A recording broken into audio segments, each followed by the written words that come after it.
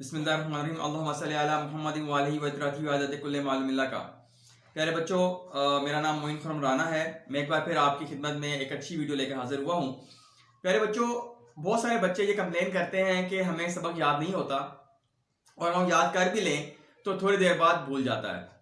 تو بیٹا میرے پاس اس کا ایک حل ہے، اور حل میں آپ کے لیے 3 طریقے لے کر آیا ہوں۔ پہلا طریقہ تو یہ ہے بیٹا کہ آپ جب بھی سبق یاد کریں، جب بھی آپ کوسچن یاد کریں، اس کا آنسر یاد کریں، آپ اس کا مفہوم کو سمجھ کے یاد کریں۔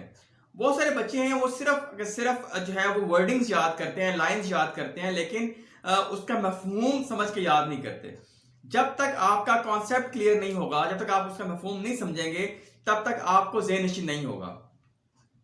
تو پہلا طریقہ تو یہ ہے کہ آپ جب بھی یاد کریں، پڑھنے بیٹھیں، آپ اس کا مفہوم کم از کم یاد کریں، اپنا کانسیپٹ کلیئر کریں۔ جب تک کانسیپٹ کلیئر نہیں کریں گے، آپ کو لیسن یاد نہیں رہے گا، اور definitely after some interval of time وہ بھول جائے گا۔ سیکنڈ طریقہ بیٹا یہ ہے کہ جو بھی آپ یاد کریں بیٹا لکھ کے یاد کریں۔ جب تک لکھیں گے نہیں، 1 لائن یاد کی، 2 لائن یاد کی، پیراگراف یاد کیا، اس کو لکھ لیں، لکھ کے اس کو یاد کریں۔ اس سے کیا ہوتا ہے کہ آپ کو چیزیں ذہن نشین رہنے لگتی ہیں، کیونکہ آپ کی ہاتھوں کی انگلی سے جب آپ اس کو لکھتے ہو، سائیکولوجیکلی آپ کے برین پہ جا کے اس کا افیکٹ ہوتا ہے۔ آپ کے جو فنگرز کی پورز ہوتی ہیں، اس کا ایک سائیکولوجیکل افیکٹ ہوتا ہے، جو کہ آپ کے برین تک اس کا سگنل جاتے ہیں اور آپ کو وہ یاد رہتا ہے۔ ٹھیک ہے، اس طرح سے آپ یاد رکھ پائیں گے اس چیز کو۔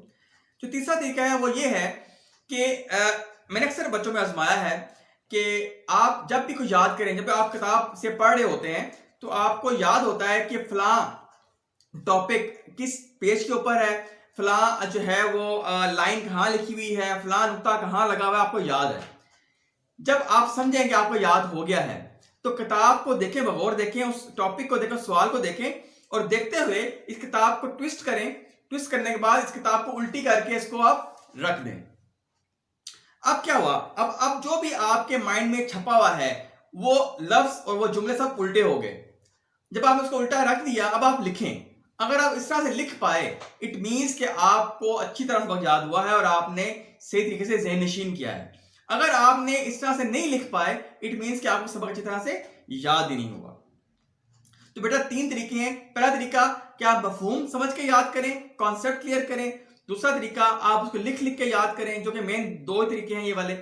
تھرڈ طریقہ اپنے آپ کو چیک کرنے، ٹیسٹ کرنے کے لیے آپ کتاب کو دیکھتے ہوئے اس کو الٹا کریں، لفظوں کو گھمائیں، آپ گھوم جائیں گے اور آپ کے ایک سائیکولوجیکل افیکٹ پڑے گا۔ تو آپ اگر اس طرح لکھ پاتے ہیں تو اٹ مینس کہ آپ کو سبق صحیح طرح سے یاد ہوا ہے، اور آپ کو ذہن نشین رہے گا اور کبھی نہیں بھولے گا۔